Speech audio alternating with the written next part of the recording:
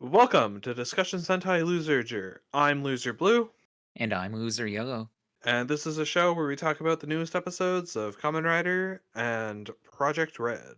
Today we'll be talking about Kamen Rider Zeztz, episode 28, and Gavan Infinity, episode 7.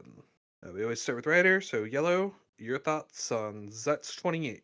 Zets 28 was really good and is setting up Seig as the biggest threat that Zets has encountered. Now, Yeah, we did get a lot of information this episode, while also being a very action heavy combat episode. yeah, for sure. I definitely liked this episode.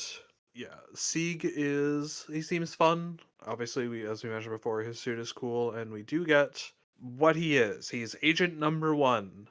He was, Wow. yeah, not surprised at all. He was seemingly a criminal, like a really bad criminal, Hmm. that Code decided to repurpose for their use. Yeah, because, someone with a 1,000-year jail sentence. Just Yeah, the perfect person to, be your first experiment. definitely. But he seemingly has acquired the powers of Nightmare just like Zetz does with Catastrum. And I mean, I don't know if it made him crazy. Maybe it made him more crazy. Yeah. And he just likes causing suffering and bad dreams. And he's still, the two opposing forces we had of Code and the Lady, he is a wild card that has now entered the mix because he notices that Zetz has a similar power to him. So that's his backstory. It's kind of what I expected. Yeah, it's pretty standard for the off the walls, crazy, unhinged villain. Yeah. But he has a lot of power over nightmares. He creates a new one for Nox. Nox, his whole thing was this darkness stuff. That was defeated last time, and then he just created this new Mad Max Apocalypse one. Yeah. And even if Baku is able to defeat the nightmare, Defeat the nightmare see, and destroy the moon, which is like yeah, shatters the dream. yeah. And C can just say, how about no?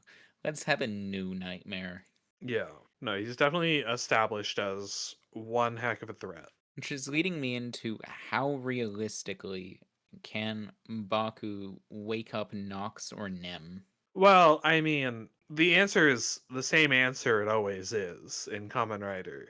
He's going to do it by acquiring a new form, Oh, yeah, yeah, right? Like, right now, Catastrum is this double edged sword kind of evil power. He's got to master it, right? And that'll yeah, be a new form that's like, I'm using this power of darkness for good, and it'll be like a perfect Catastrum or something like that.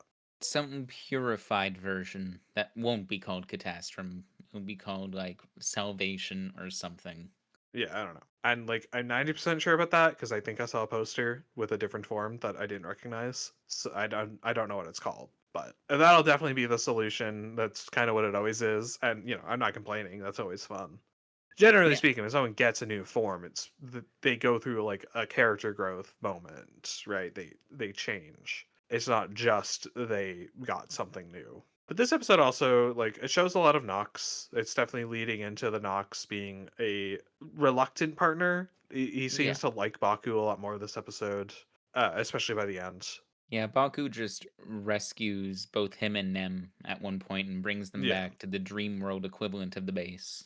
Yeah, this is gonna probably lead to Nox being more like less I want to destroy code at all cost and more I want to help people the way that I wanted to when I was at code. Hmm. Probably. Like move away from revenge at code and more towards what he originally wanted to do because he probably joined code to help people, Yeah. presumably.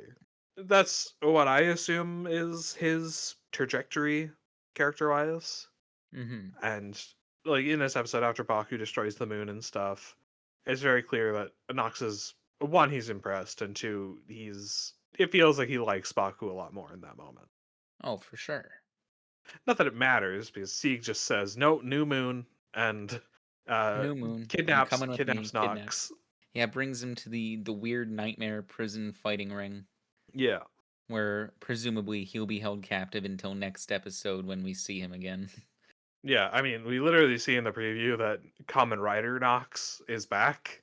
Yeah. So, oh, we also see the lady having like a new crack open capsum, the Yeah, yellow it was one. that yellow one. Now, on top of that, we had some exposition from Code. 3 was talking to Zero about the damage an all out war with Seig could cause. Which I can see, yeah. Seig just has way too much control over the dream for Code to risk a direct confrontation, and needs Zeztz to kind of take care of the problem before they swoop in and take care of both of them.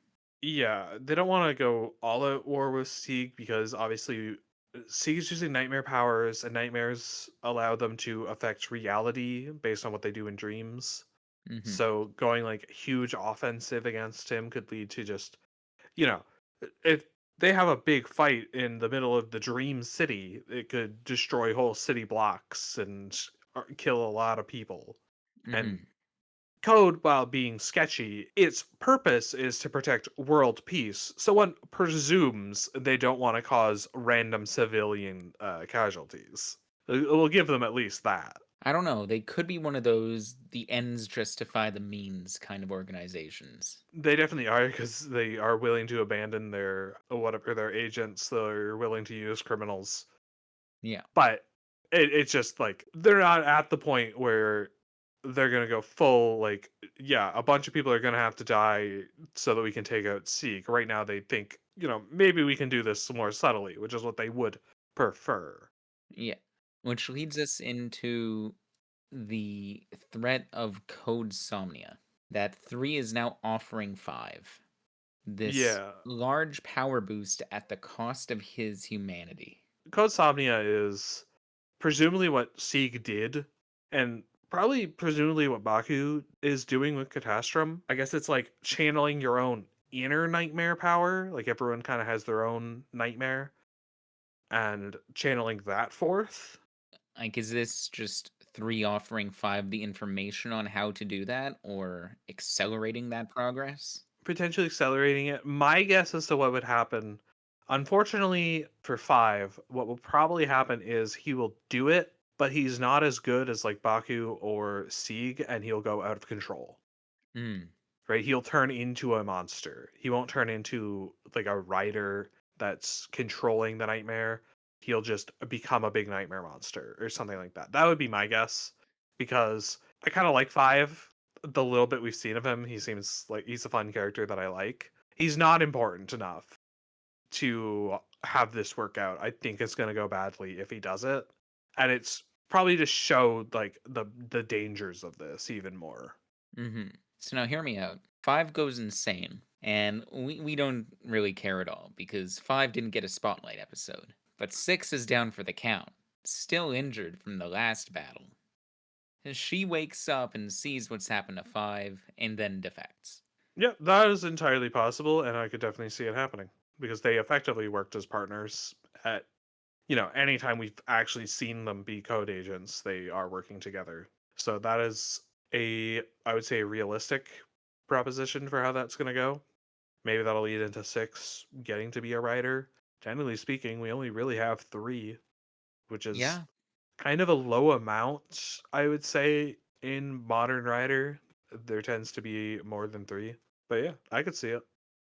We do see a scene between Baku and his sister, which is like a nice scene of them. It's kind of she makes him promise to ask for help, like don't yeah, go it alone, which probably in Baku's like original like beginning of series Baku, his idea of a secret agent would probably be someone who can do everything by himself, right? yeah. So this is Baku learning that one, that's impossible, and hopefully it'll mean that he won't, do something reckless and stupid by himself. This is a bit of character growth, and it shows her determination too. She will help him with anything. It's a good scene. I like it. We also seen that the butterflies do in fact return to the lady with information like some sort of spy. Yeah, yeah. We saw that. We could have like that's something you could have inferred from previous episodes and Yeah, was basically stated, but now we have 100% confirmation that's how it works. So that's good. yeah. But next week, Oh, what? Minami's an agent? What? Yeah, I mean, it's definitely that. It looks like Seig is going to be attacking Minami in her dream. That's Yeah. my guess. As to what's going on, he's going to try to hit Baku where it hurts, which is why they had that scene with her. Just to establish family bond, how much they care about each other, right before the episode where one of the villains attacks the family member, It's right? to do that for all the people that haven't been watching Records of Sister Side Story, because when I was watching that, like the 7 or 8 episodes that I did back when the series started airing, that cat in next episode's preview is showing up in Minami's nightmares. Oh no. The Uh, supplemental material was mandatory, kind of. I mean, I doubt it was mandatory to the point where you will 100% be lost. It'll probably be like briefly explained and not require too much. I didn't watch any of those, so we'll see how it goes next episode. I will Yeah. be the test bed for that. If you wanted to see more of Cardboard Box Man, that's where to go. Heck yeah. But yeah, no, good episode. I'm looking forward to it. I have a slight issue with some characterization, I guess, in terms of the reset. Like I'm not really in the grand scheme of things, I'm not too bothered by the reset. There's some issue with it, but it's fine. It's a fun plot device. But some of the characters feel like they've known Baku a really long time, Yeah, despite the like the fact that police they and haven't. The police, um, what Nem, he saved me countless times, and it's like not really. He's maybe saved you like 3 times now. Like actually, she knows of the other times, and like she can say like he's the kind of guy who would do that, but she hasn't personally experienced it, so it feels a bit weird. yeah. It's just one of those things where we, the audience, would expect them to behave a certain way because we've seen them interact all this time, even though it hasn't really happened. We see it a bit with Nox too. Nox acts like exasperated at Zet sometimes in like a this crazy guy. What will you do next? Kind of thing. I forget his actual line, but he Mhm. has a line like that. It's just like Nox, you've barely known him. Like you don't know this guy very well. You've seen him in like 3 dreams.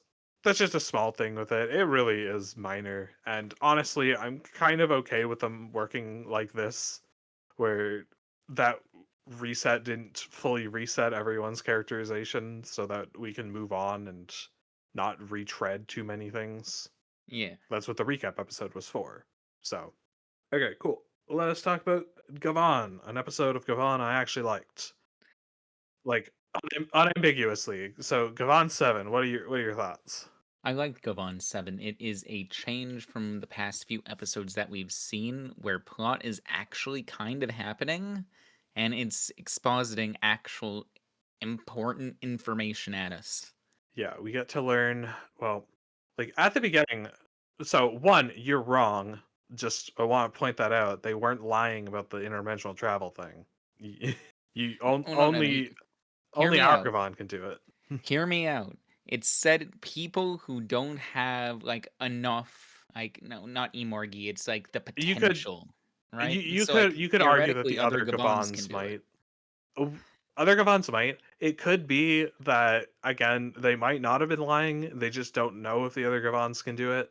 Definitely, the other forensic girl who's not Gavan definitely can't do it. They weren't lying Yeah. there. So as far as they know, it's probably true. Haha, idiots, stay on the Gavarion and do nothing. I mean, obviously they're going to do something to allow the other Gavans to travel, or just say that they always could. Like it's something Gavans can do. Yeah. And maybe that's they'll figure it out then. But they make it sound like our main character is special beyond being a Gaban, because we do see that scene where he's holding one of the things and it gets shot and it like envelops him in energy. He like overloads with Emorgi and then he now has the potential to become a Gavan. Yeah, I'm not sure if that made him a Gaban or if that gave him the ability to do the interdimensional travel thing. Because I don't know, it seemed like Gavan was something he earned through police work. It's a bit ambiguous there. Yeah. But okay. We've jumped like really far ahead. The beginning of the episode, we deal with the chief or the colonel of The the chief. It's the records. chief. The colonel is the guy No, who no, no, no, no. stays in They're both space.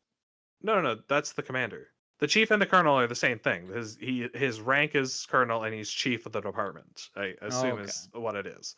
And like a supreme commander is like the other guy. All right. It's something like that. They're hunting down a guy. The chief is so happy to do field work again. They have a cool sick moment where they kick the Emor gear out of that guy's hand. They do that, and then Death Gavan shows up. Just like, no, you're not allowed to bully the people that I gave Emor gears to. That's not allowed. I want them to cause havoc. Death Gavan is cool. I like his look.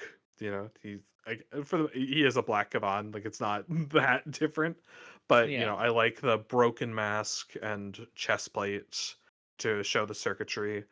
The way he sometimes moves makes it seems like he is a robot, right? Like Yeah. sometimes the way he moves and they make like robotic sounds that he might literally be a robot. So I don't know if that's just like the circuitry under the outer layer of the armor or he's a robot. I think it's just the circuitry because like all Gavans are described as robotic. So Yeah, I guess. But yeah, we learned that he is Gavan Destiny, or at least he previously was, I believe, yeah. based on what Infinity says. And he used to be Gavan. He used to be a good guy, but he turned evil Wow. because the explanation of this is weird, and I don't fully get it. What was going on in the explanation of all that, right? Like why he turned evil. I guess he says he wants to bring in enlightenment, and he says he wants people to just let their emotions flow, so he's operating under some kind of thing that letting these negative emotion Emor gear explosions run rampant is good. Like he's going to do something good for the universe, quote unquote. Don't know what that is. Or it'll bring Hmm. enlightenment. I don't think we're supposed to fully understand what his plan is and why he's doing everything. It's supposed to be vague because he's the villain and we need to learn that over the course of the show. But yeah, that seems to be his deal. And we learned that Renji, his like mentor, was the Gavan before Death Gavan and somehow lost the rights to be Gavan. It's not really well explained as to what makes you a Gavan. And he died, just seemingly chasing a random criminal. Yeah. Unfortunate, really. Yeah, We're and gonna that find out that it was like Death Gavan all along or something, and I mean, that's entire. I thought it would have been Death Gavan. It doesn't look like it was based on what we saw. But this plus other things lead to our main guy. He becomes Gavan, and his power is anger because he's secretly really angry. Like obviously, that's always been kind of his thing. Is that he seems like a really cool guy, like chill, doesn't yeah. let things get to him, but when he transforms, he shows his like passionate anger for justice. So that's cool. Again, I like this episode. It set up stuff about our main character's backstory. It set a villain for the series, right? Yes. Up to this point, we hadn't really had a villain that had a goal. Now we do, so that's good. Yo, the Wani Pats did something. Oh, I mean, kind of. I mean, they did capture that guy even after he got the Emor gear, so good for them. They were Uh, there, then they got injured. they also knew that Reggie's Gavan? Yeah. What? We went through It, this a couple times already. I know It's like it's I thought it was some sort of secret because they keep like ragging on the guy. early on it feels like it's a secret and they're just ragging on him for being unimportant. But it feels weird for them to rag on him when he's Gavan, right? Even if Yeah. he's in the documents department or records department. That felt weird if they knew he's Gavan. And then there's an episode where the pattern seems to know that he's Gavan, but Wanibuchi didn't. Right. Right? Like it's so weird. But now they just know he's Gavan. Either he told them in this moment and Wanibuchi just didn't react, or they've always known. And it was never a secret. And being Gavan's not actually that important, apparently. We can still make fun of him for being in a stupid department. It feels a bit weird. I guess maybe it makes more sense now that we know that they all went to the police academy together. Yeah. Like they're all friends from their school days, and it's more of joking banter than it is straight up being mean bullying, I guess. And this leads us into the climax of the episode where Death Gavan opens a rift into Maku's space to summon his Gavarion, and then there's a Yeah. giant robot battle. Yeah. Giant Robot Battle, I really liked it. It felt more Gundam than anything else, right? It was because it's taking place in space. It was all, there was no physical things going on, right? There's no suits. It was pretty much all CG. So it felt like more of a Gundam battle than any than a like a Sentai robot fight. To be fair, I liked it. I actually really enjoyed it. It I was thought it was a cool. really fun Yeah. fight. And they end it by both firing big lasers at each other, and They do a uh beam struggle and infinity overloads. yeah, Reggie gets really mad. And this opens a rift that cascades into multiple universes. That has like a Yeah. physical effect in multiple universes. Well, it primarily seems to be affecting Alpha and Lambda? Lambda. Yeah, whatever. Bushido's. Yeah. It seems to mostly be affecting Infinity and Bushido's worlds. The way that they talked about it with like the telescope, the way Luminous and whatnot were talking about with the telescope, I think it said something like energy was flowing from Bushido's world to Alpha's world, which would make me think that it actually originated in Bushido's world, right? Maybe. Maybe something happened in Bushido's world that caused this, and it's just a coincidence that it happened at the same time as their big climactic fight. I guess we'll find out next episode because we're definitely going to Bushido's world, obviously. Oh yeah. But This is the this, first time we've had a scene with all three Gavans, just like even if they're not in the same location, like this could be leaning towards actually starting to tie a team together. yeah, I wonder if maybe what Death Gavan wants, like he wants to cause this all this negative emoji to maybe break the boundaries between the different universes, like to Mm, start merging them together. So maybe what'll happen is Bushido's world and Gavan's world will effectively merge and there'll be two Earths in one universe. And maybe that'll also happen to Luminous's, and that's how they all get together. That's just what I'm thinking with this explosion. It's like, because it's like energy going from one to the other, something like that. I don't know. But again, I'm really happy with this episode because it feels like the plot has actually started, right? yeah. Thank God for that. That said, I'm still really unclear as to the villain's actual motives and the actual mechanics behind anything. We'll see. We're getting there. Well, that's been this week's episode of Discussion Sentai Loserger.